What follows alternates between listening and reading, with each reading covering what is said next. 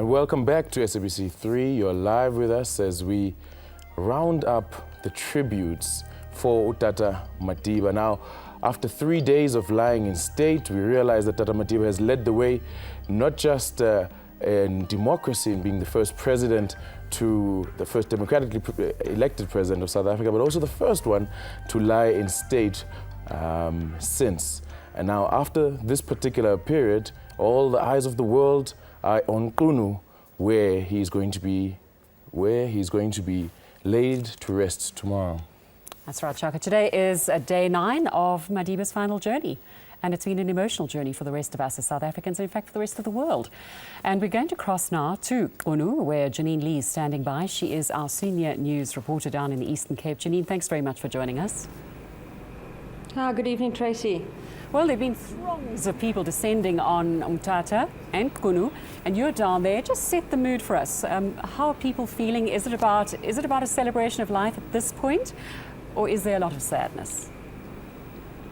Wow, what a journey, as you said, 9 days so far and the big day tomorrow. But yes, Tracy, today in particular was a celebration. I was along the route between Umtata and Kunu today, and all the villages, there were people cooking with black pots. It was a celebration. They were singing and they were dancing. And, you know, they were so welcoming and so warm. I went in unannounced. They called me and they say, today we're celebrating the life of Tata Madiba. And they fed me goat's meat and liver and pot bread. And they said, this is the day. Today was the day that they would be celebrating. And they said, come tomorrow. It would be quiet, it would be still, and it would be a day of respect. And it would be their day to say goodbye to the great Madiba. So celebrations today, but I think the mood tomorrow is going to be very, very different. And then tonight, it's the vigil, it's the family speaking to the spirit, keeping Mandela company. Yes, of course. That will be at the Kunu home, which is just below the Youth and Heritage Centre where I am. Now, my colleague Zimkita Masangwane, she is in Mthatha at the Walter Sisulu University, and that's where the night vigil is taking place. That started already at 5 o'clock this afternoon. And now the ANC leadership is expected to be there at the night vigil, which will go on all night. It will only end tomorrow morning. And members of the community, anybody who wants to be part of that night vigil, they will be able to attend. I spoke to her a short while ago. She said the hall is filled up and it's a wonderful feeling at this night vigil, but there are going to be a lot of tired people tomorrow after staying awake all night, but that's it. That's what they want to do. They want to come out, they want to pay their respects. It doesn't matter how hard it is. In fact, there's a quote behind me and it says, it always seems impossible until it's done, and that was one of Nelson Mandela's quotes. And I think people, the media, everybody who has been putting this massive event together, it's been long, it's been hard. We had incredibly difficult weather for 3 days here in Kunu. It rained non-stop. People worked through the night to make sure that everything was ready and to make sure everything was up and running. And you know, they've done it with a smile on their face. They've done it with patience, and they've done it with consideration for everyone else around them. So I think the teachings of Mandela, that they're really coming home now in what has been a difficult time for the government, for the military, and for the media in putting this all together to make sure that it gets streamed live to thousands, well, actually I've heard 500 million people around the world tomorrow. So what is the actual ceremony that's taking place tomorrow, the sequence of events that we can expect? Yes, well, we've heard that President Jacob Zuma has just landed at the Mthatha airport, and we know that from midnight tonight, between midnight and 2 at the airport, high-profile dignitaries will be flying into Mthatha. They will also be flying into the East London airport. They will be bused to Kunu. For security reasons, we have no idea where they will be staying. But what we do know is that from tomorrow at 7 o'clock, they want all guests to be seated. So that's 7 o'clock down in the village. There's a massive marquee that's been erected that will seat up to 5,000 people. All those guests need to be seated by 7 a.m. And we know that from 9 o'clock, the actual ceremony will take place and will be broadcast to the billions of people around the world. And we know that that's scheduled to go on between 9 and 12. And now, although this is a state funeral, Tracy, it's interesting to note that tomorrow it's going to be a state funeral, but it's going to be heavily fused with traditional values. We know that in the lead-up, the men involved in Madiba's clan, they would have slaughtered an ox. You slaughter an ox for a very important person, that who Nelson Mandela was. They slaughtered that ox, they cooked it in big pots outside, and only the men did this, and they boiled it, and no spices were used with that meat, and the men ate that meat, and the women involved with the family, they were responsible for cleaning and preparing the house.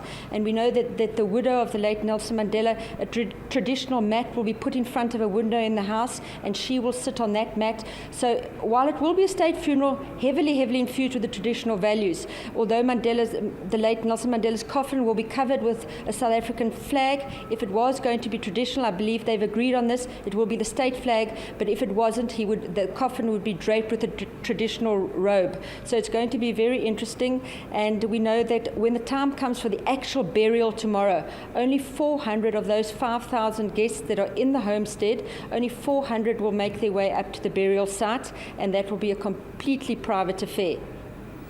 Janine, thank you very much. And you're very fortunate to be down there and sharing this part of history, but thanks for sharing it with us. Janine Lee, our senior reporter there from Qunu. And it just makes me think of the words that President Obama said when he actually announced that Madiba had died, and he said he was profoundly good, he was fiercely good. Now he no longer belongs to us, but to the ages. Yeah.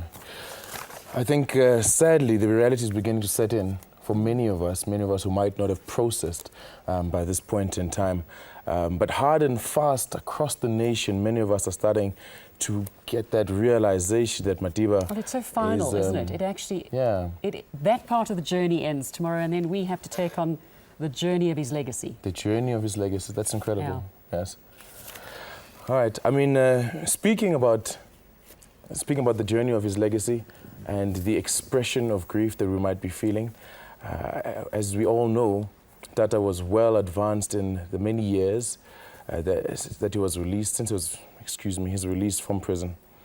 And in this time that he was in prison, we know that his body had taken a serious battering from all of the years of physical labor. We know that he could no longer cry because of the limes from the quarry that was ironically called the university. And we also know that the lung problem that he had suffered in his latter moments with us also was exacerbated by the dust that was to be found in that lime quarry. And we know that his health certainly sort of held him back and over the last few years, and we followed those stories. And this particular story that we're going to share with you now is about a nurse named Bronwyn Sweetman, who actually pays now a very moving tribute to him and shares her story of how she met Madiba and how he impacted her life. It was quite a surreal experience coming on duty on the evening of the 13th of July to find out that President Mandela was going to be a patient that evening. It was quite amazing, and it's just a testament to his humility that, you know, they weren't intrusive, the bodyguards weren't intrusive, and he very much kept to himself and was like another patient. Later in the evening, it was about 10:30, he called me and said, would it be all right if one of his bodyguards went off and fetched some eye drops for him to instill? And I kind of was taken aback because I thought, well, this is the president. I mean, why is he asking me permission to, you know, for his bodyguards? You know, he was still very aware of the fact that, you know, the ward was my domain and that he needed to ask my permission before he could do that. And I was just absolutely in awe of that. I couldn't believe that he was actually asking me for permission. The next morning, of course, because I grew up in the Transkei, so I am able to speak Xhosa and Zulu. He heard me speaking to the staff in the passage because, of course, it was a big event, and most of the staff wanted to at least see him, if not meet him, and they all wanted an autograph. And he called me and said that he was quite happy to sign autographs for the staff, but if I could just explain to them that he was an old man and a very humble man, and that his signature might not be that legible for them, and they must please forgive him. He then called me in and wanted to know, you know, where I grew up, and because I was born in Mthatha, and my dad being a magistrate, we moved around quite a lot in the Transkei, and he wanted to know whether we knew the Matanzimas, Kaiser Matanzima, who was then Prime Minister at one point, or President of the Transkei when it was a homeland. And he was very interested in, do we still, what have we heard of Matanzima, and do we still keep in contact? He was quite happy to come to your level and talk to you on, your level, and showing a human interest in you as a person. It was an amazing experience to meet the president of the country, and he was just like another person. No airs, no graces about him. In my hand here, I have the autograph one of the autographs that he signed on that morning. Madiba, I have treasured this for all these years, and I will continue to treasure it for eternity, really. And I today am going to have the privilege of writing in your book of remembrance. And I hope that where you are, you forgive my humble handwriting as I write in your book to say my final goodbye to a man of great humility, who enriched my life by that one evening that I happened to spend in his presence. So, again, just rest in peace, Madiba.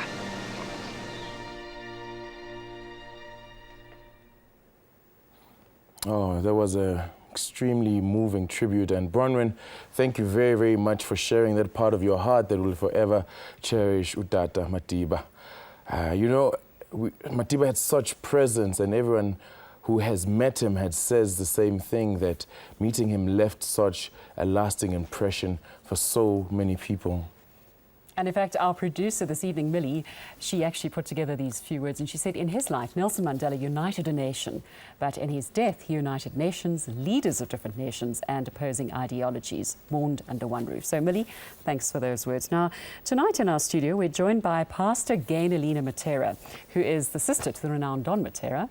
She is an activist, a unifier, and a community worker in her own right. And thank you very much for joining us, Pastor. Good evening, Trace. You have your very own story about meeting Madiba. Yes, good evening, Shaka. It's so nice to be here. Thanks Pastor. for having me.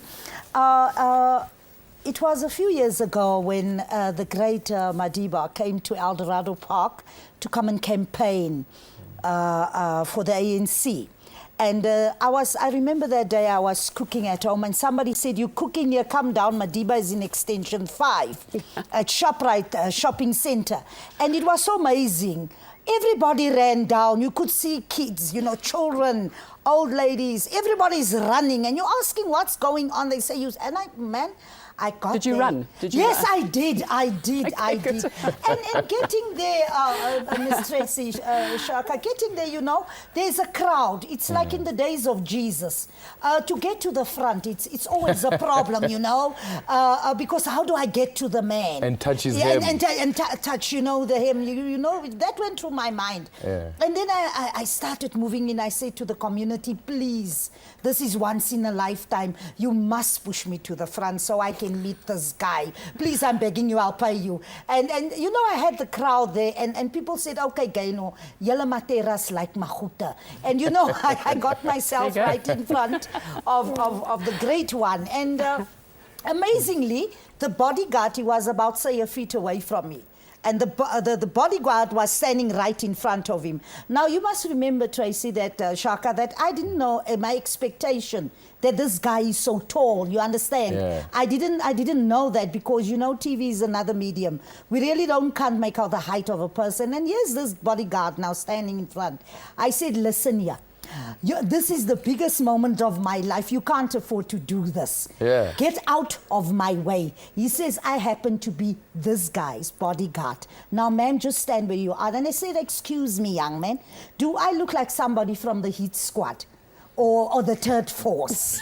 I am overweight. I won't be able to harm him, and I carry no bombs. Now get out of the way. And he did? Yeah, no. After a few minutes, I heard a voice in the background chuckle. Somebody say, ha, ha, ha, ha. And when I looked up, yes, I don't know where did the bodyguard, and here he is, and he said, how are you, my dear? I was, I became speechless and I began to stutter, because here was this guy, I heard about him at school. We grew up. No, but I mean, didn't you meet him younger, earlier in your life? I mean, you were born in Sophia Town? No, I was born in the 60s, early 60s. So I was still a baby. When he went to jail. Yeah, I was still a baby, yeah. And growing up with a guy like Don Matera, you're on top of your game. It's magic growing up with a guy like that. Okay, so you work in the El Dorado community. Yes, you work with youngsters, you work with women. Yes. Dealing particularly with the youngsters, how are they coping with his loss? Because their history is very different to our history. No, they have they perceive him so differently. And for a lot of children, it's been a great sense of loss for them. Yes, it has been. If you can sit with the youth and explain them the legacy, where do Madiba come from? Especially with Mabanda, my youth empowerment group, the young men there, they go into shock. And one of the boys was asking me the other day, now, Pastor, why would he do a thing like that? Leave his wife, leave his family, leave his children, leave everybody behind, go into a cold cell. The man is not guilty. Now, the youth question you during counseling sessions. They can't believe it. They say, one of the boys said, but what was wrong with the guy? How can he give everything up, just to please others like us? I mean, who is this? And then immediately God comes in and tells you he was a prophet. God used the man at the right time. But still there is that you see it in the eyes. Now, who was this guy? Now, as we lay this particular prophet to rest, many people will be doing this thing in his hometown, but the rest of us who aren't there, how do we participate? How do we also get a sense of closure? You know what is very, very, very important? The Bible says that if my people should humble themselves and call upon my name, I will heal the land. I do believe that people of all races, all cultures, all religions, should come together and take one another's hands. Let's take his legacy and start praying.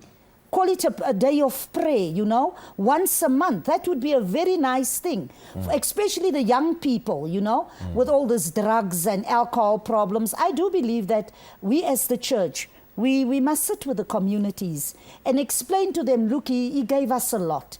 The least we can do is once a month, let's pray with the kids. And remember. Pastor, thank you very, very much for those words. As we know, during this particular time, there's a lot of prayer, a lot of scripture reading, also a lot of song, and that is how we say goodbye on the last days of this great man's time on earth. We do, tomorrow being that final day. Now, just a little aside, a bit of history. The day that Madiba died actually was Robert Sobukwe's birthday. So that was the 5th of December. And tomorrow, as he gets put to rest, it is Pastor Gaynor's birthday. Happy birthday for tomorrow. Oh, thank you very, very much. Yeah, and it will be indeed a great day for me because it was not easy leaving your mom, your dad, and everybody behind him, and the other team who were with him on that island, It was not easy. So tomorrow, I will thank God in the morning when I wake up and say thank you for Madiba.